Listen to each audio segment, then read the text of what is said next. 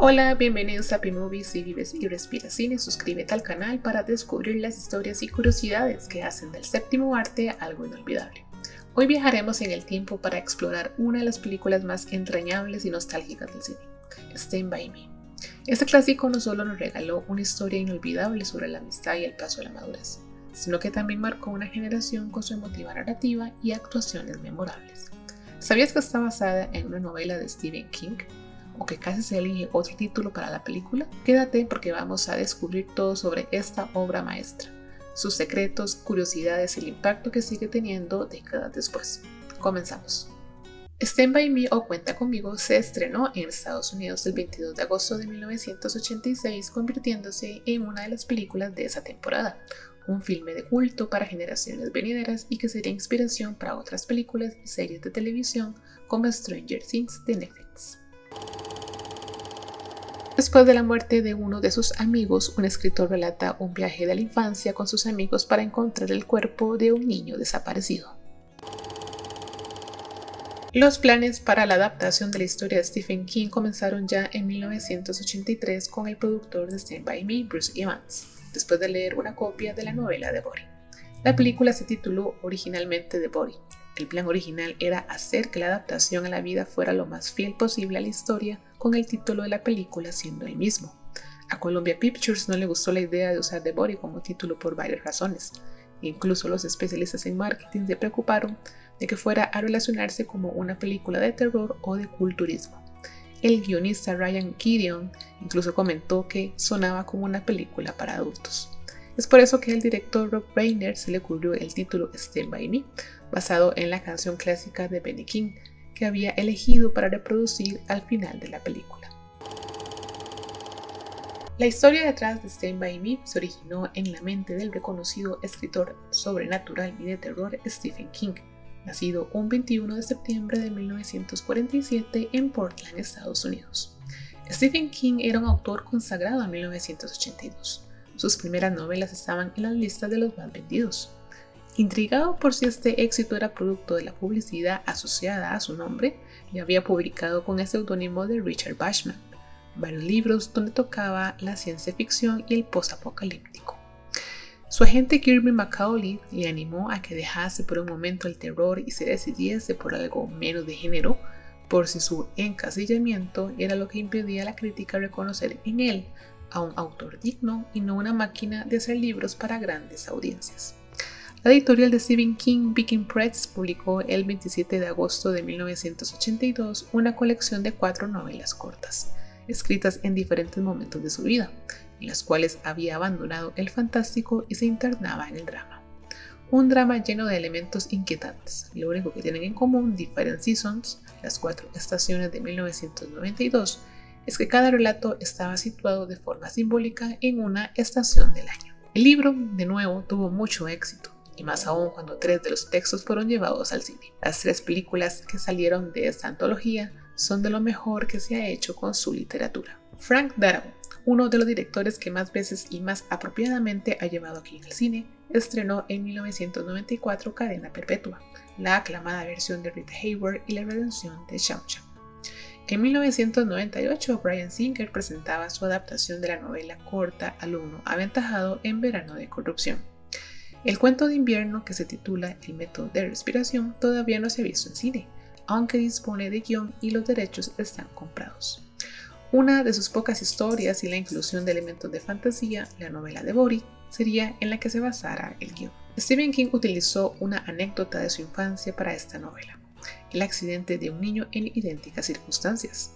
Cuando leyó en el periódico la muerte de un compañero de escuela, comenzó a escribir el relato, contado en primera persona por uno de sus personajes, que no es otro que el propio King, reconocible en el Georgie. El guión por parte de Reynold Gideon y de Bruce Evans, también productores y quienes habían escrito el romance de ciencia ficción Starman de 1984, había profundizado en los retratos de los protagonistas y añadido algunos elementos, tales como plasmar en la pantalla cómo sería alguno de los cuentos que Georgie narraba a sus amigos. Para eso inventaron la historia del concurso de tartas, además de cambiar sustancialmente un hecho del final. Después de que Reiner mostró el proyecto terminado al autor, King se excusó por 15 minutos. Cuando regresó, dijo que era además de que era la primera vez que una de sus historias se filmaba con éxito, afirmando que era la mejor adaptación que se había hecho de un texto suyo. King incluso aplaudió a Reiner por cambiarlo para que Georgie tome el arma en lugar de Chris, deseando haber pensado en eso en primer lugar. Las casi 40 adaptaciones de Stephen King han llegado a la pantalla grande y con ganancias de $52 millones. Stand By Me es el quinto más exitoso. Solo The Green Mile, Misery, 1408 y Pet Sematary han tomado más en la taquilla, por delante de clásicos como Carrie, The Shining, The Shawshank Redemption, desde la primera adaptación cinematográfica de su trabajo en 1976.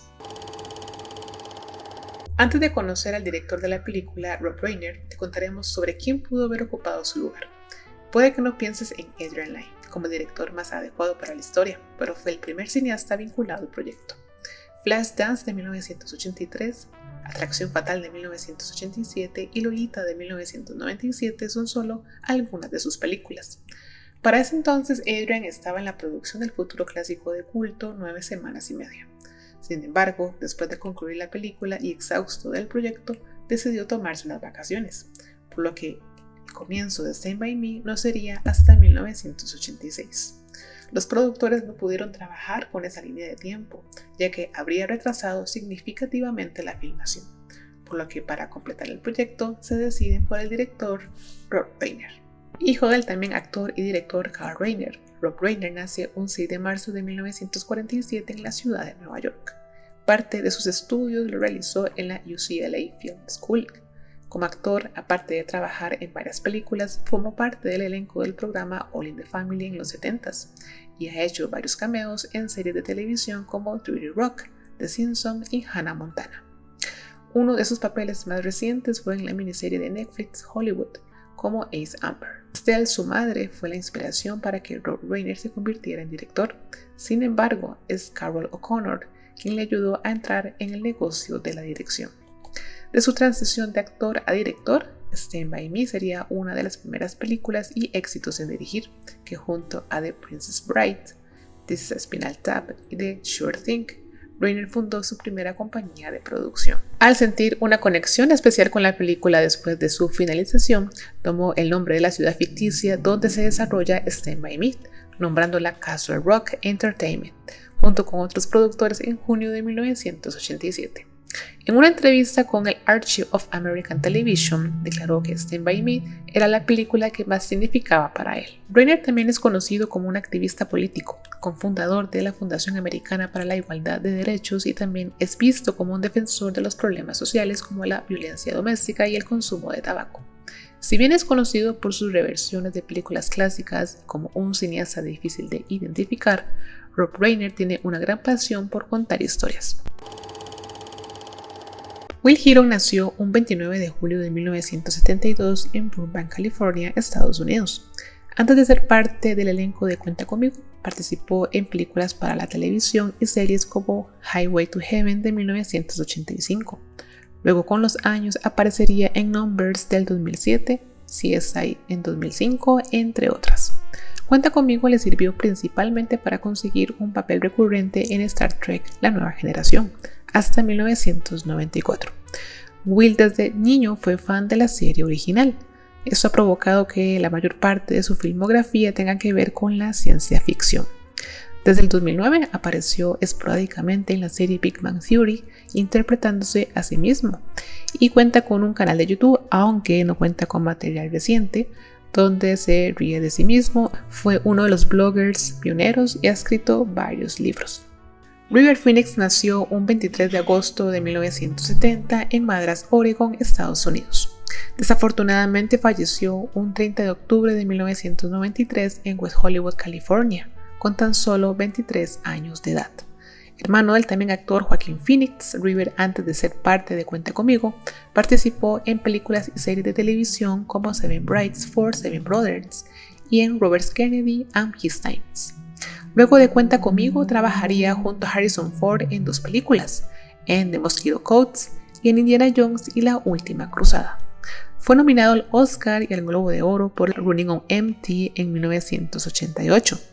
Dio un giro radical de imagen para Gus Van Sant en My Own Pride Idaho de 1991 junto a su amigo Keanu Reeves. Era vegano y defensor de los animales. Fue educado por unos padres hippies en una secta religiosa. Es hasta 2012 que se estrenó su última película, Dark Blood, que el atractivo actor había dejado sin terminar. Corey Feldman nació un 16 de julio de 1971 en California, Estados Unidos. Desde niño apareció en anuncios y en todo tipo de programas. Antes de Cuenta Conmigo formó parte de Gremlins de 1984 y Los Goonies de 1985. Luego aparecería en The Lost Boys y en 2007 aparecería en un reality llamado Los Dos Corey. Trabajo nunca le ha faltado, pero en películas directas a DVD.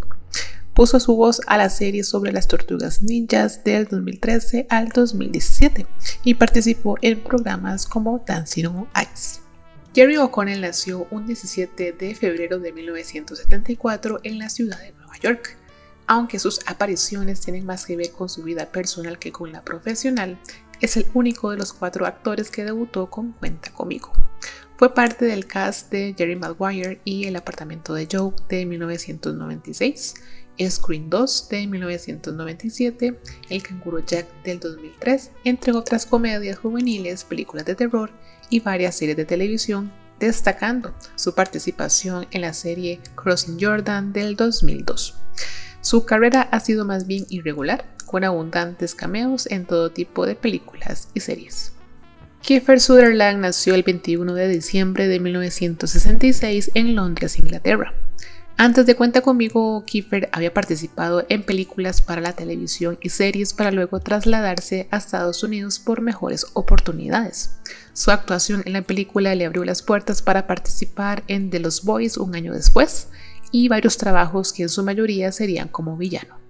Entre sus trabajos más conocidos fue en la serie 24 en 2007, que le valieron varias nominaciones y premios como los Globos de Oro, Emmys y Screen Actors Guild Awards. Además, dirigió 5 proyectos y realizó doblaje para algunos videojuegos. Richard Dreyfuss nació un 29 de octubre de 1947 en Brooklyn, Nueva York. El director lo eligió ya que era su amigo de la escuela secundaria desde los 15 años.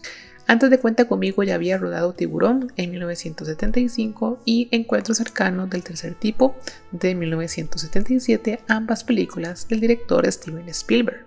Su actuación en la película The Goodbye Girl de ese mismo año le valió un Oscar y un Globo de Oro como mejor actor. Para el director y la producción hubo diversos tropiezos antes de que Stand By Me saliera a la luz. El estudio independiente detrás de la película fue Embassy Pictures, fundada en 1942 y fue comprado en 1982 por el productor de televisión Norman Lear. Pero cuando Lear vendió Embassy a Coca-Cola, la nueva gerencia decidió que la película no era lo suficientemente comercial. El consenso fue que a nadie le interesaría una historia sobre 4 niños de 12 años en una vía de ferrocarril. Nadie sabía cómo venderlo. Los ejecutivos de la compañía no tenían interés en hacer una historia de mayoría de edad, sin estrellas importantes y perspectivas comerciales dudosas. Así que se retiró su financiamiento solo 2 días antes de que comenzara el rodaje. Estando en Oregon con todo el equipo, elenco y la construcción listo, decidieron que no querían la película. Es decir, el presupuesto total de $7.5 millones no lo tenían. Afortunadamente, Reiner consiguió que Lear, quien fuese uno de los 3 propietarios de Embassy antes de su venta y compañero en el programa All in the Family, pagara los $8 millones de su bolsillo, ya que creía en el proyecto lo suficiente como para aceptar personalmente pagar el presupuesto completo. El proceso para encontrar un distribuidor después de la finalización resultó ser un desafío. Todos los estudios de la ciudad los habían rechazado. La cabeza de Universal, Frank Price, salió a mitad de camino. Warner Bros. Por su parte sintió que no era su tipo de película. Finalmente, Guy McElwain de Columbia Pictures, de la compañía de Coca-Cola en ese momento, acordó distribuirlo después de ver la película en su casa y volver esta locos a sus hijos. Fue la única forma en que se consiguió la distribución. Stand By Me recaudó un monto relativamente modesto de $52.3 millones en su lanzamiento original. El pueblo de Castle Rock esta vez no se localizó en Nueva Inglaterra, sino en el extremo opuesto del país. Las grabaciones dieron inicio el 17 de junio y finalizaron el 23 de agosto de 1985. Las escenas fueron filmadas en Brownsville, Oregon, específicamente en los pueblos y ciudades de Eugene, Veneta, Franklin y Cottage Grove, en Oregon, con alrededores que todavía se mantienen y donde ahora hay un centro turístico dedicado a la película. Solamente la escena del tren fue filmada en California, Estados Unidos. Desde 2007, la ciudad de Brownsville, Oregon, celebran el Stand By Me Day, por ser uno de los lugares principales del rodaje, pero es hasta el 2013 que la Cámara de Comercio de Brownsville designó el 23 de julio como el día oficial. La celebración involucra eventos de la película, incluido un concurso de comer pasteles que atrae también a participantes internacionales. Una de las actividades favoritas de los fanáticos es realizar una visita guiada a pie por la ciudad, para ver dónde se filmaron algunas de sus escenas favoritas y escuchar así datos curiosos y anécdotas del rodaje. Para fomentar el turismo, la ciudad ha incrustado un centavo en la calle, en un lugar donde el ficticio Bert encontró uno en la película. Para su 25 aniversario, el 24 de julio del 2010, el elenco volvió a visitar el lugar para entrevistas, concursos e incluso una proyección al aire libre de la película. En la parte técnica, Reiner contó con grandes profesionales como el director de fotografía Thomas Delruth, quien fue parte fundamental para la película.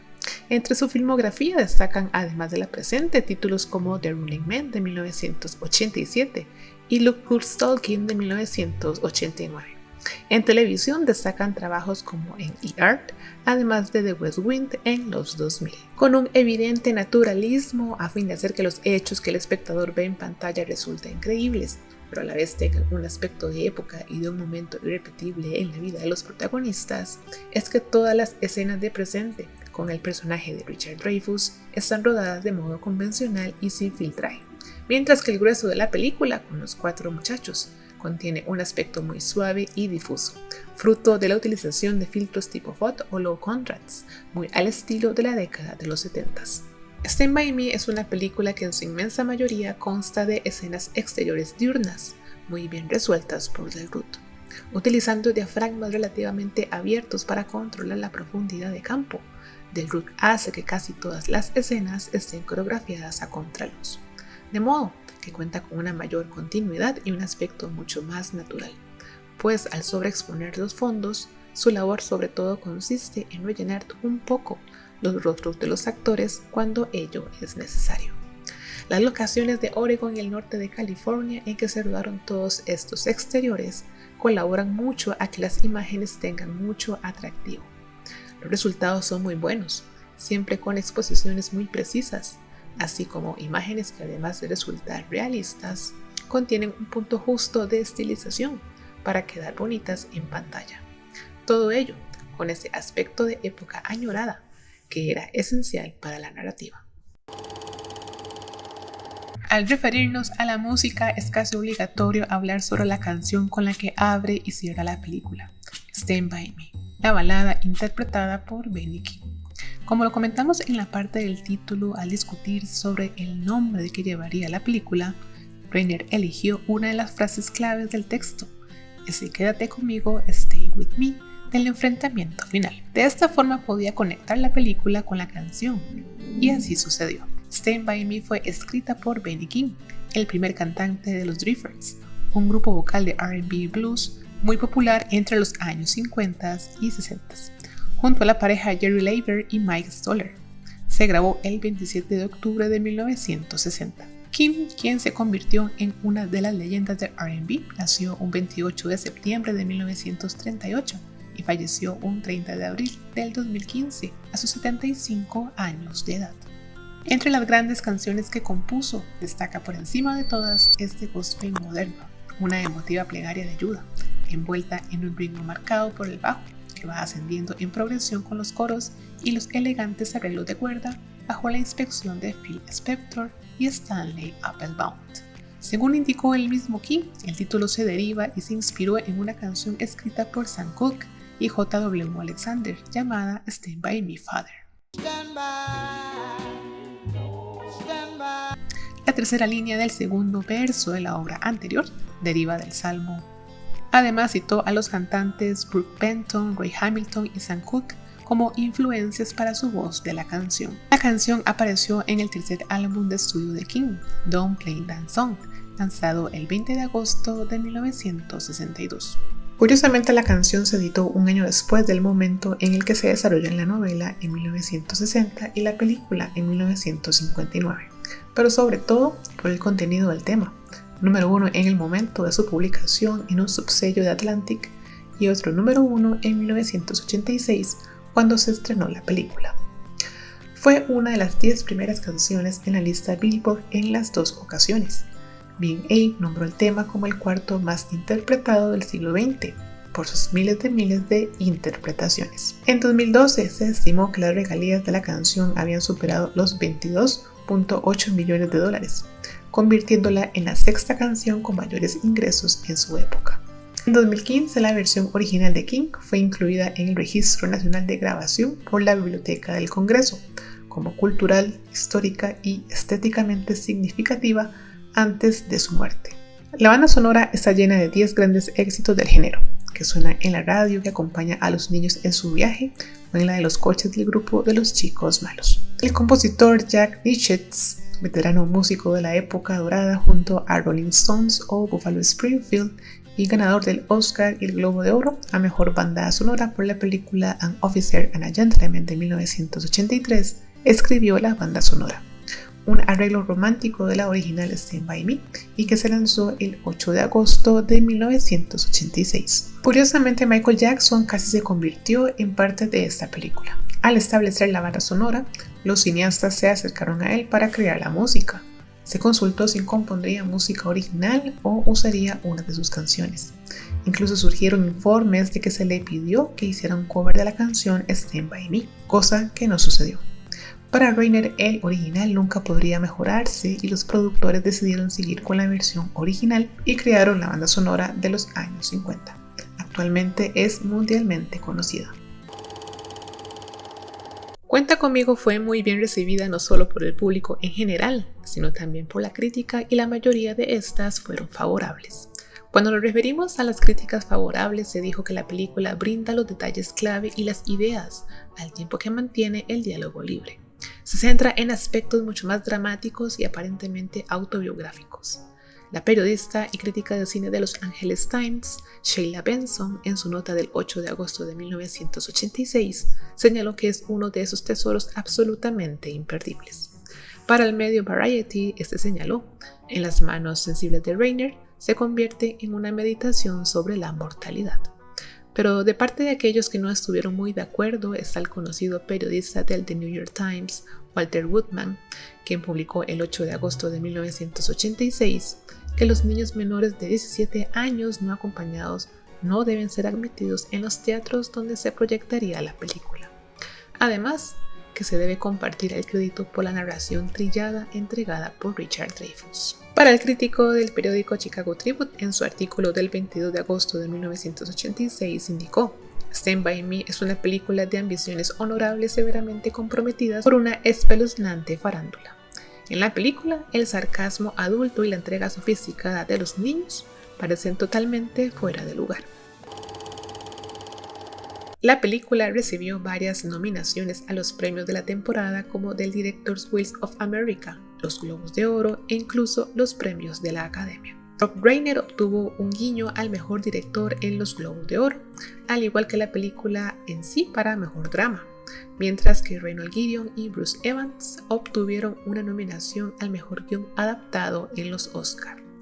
La película tiene un puntaje de 92% en Rotten Tomatoes, por lo que es una de las adaptaciones de Stephen King mejor revisada de todos los tiempos.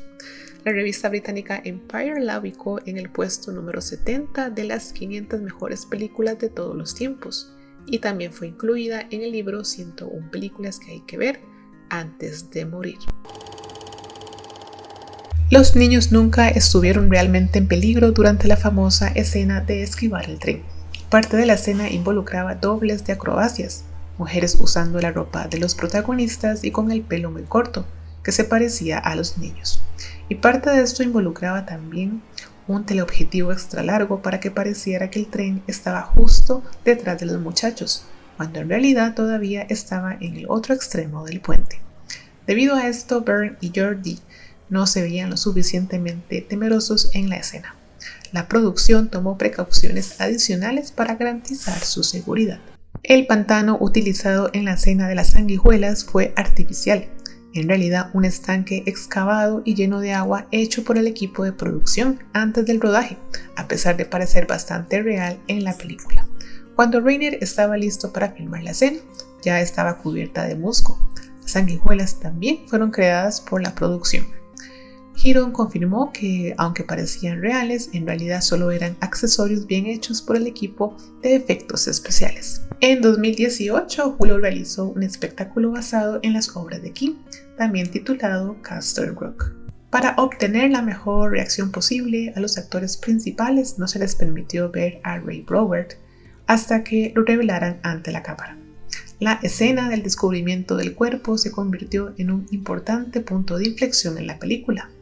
Reiner quería capturar ese momento de la manera más genuina posible. Obviamente, los actores menores de edad en Stand By Me no fumaban cigarrillos reales durante la filmación. El director Rob Reiner tenía instrucciones particulares sobre el tipo de cigarrillos utilizados en las escenas de la película. La famosa escena de comer pasteles casi no apareció en la película. El director no estaba seguro de cómo se desarrollaría la escena. La escena debía ser una historia contada por Geordi, un aspirante a escritor joven. Reiner tuvo que comprender qué clase de narrador sería Geordi. Después de establecer su tipo de escritor, decidió ir por encima y hacerlo más bien caricaturesco, como aparecería en la mente de un niño.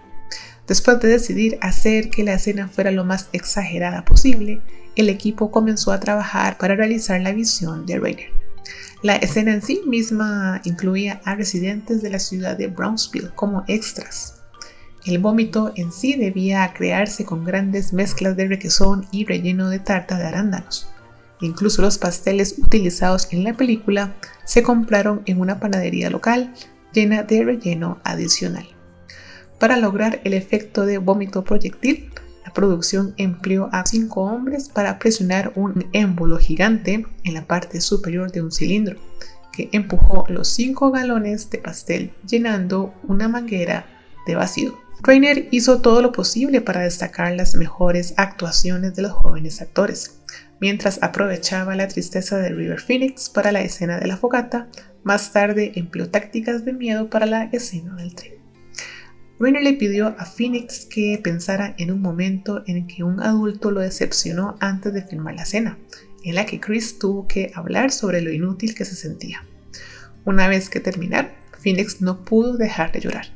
Reiner lo abrazó para ayudar a detener las lágrimas. La calificación R de la película para el lenguaje azul, imaginativo y de gran alcance de los niños y probablemente para el concurso de comer pastel es comprensible pero triste. Se indicó que Stand By Me era demasiado buena para ser mantenido solo para mayores de 17 años. Y así llegamos al final de este viaje por las vías del tren junto a Stand By Me. Una película que no solo nos recuerda la magia de la amistad, sino también la importancia de esos momentos que marcan nuestras vidas para siempre.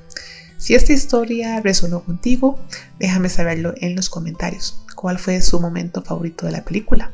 Y si aún no la has visto, no esperes más, porque esta joya merece ser redescubierta. No olvides suscribirte al canal, darle like y activar la campana de notificaciones. Nos vemos en un próximo video. Chao.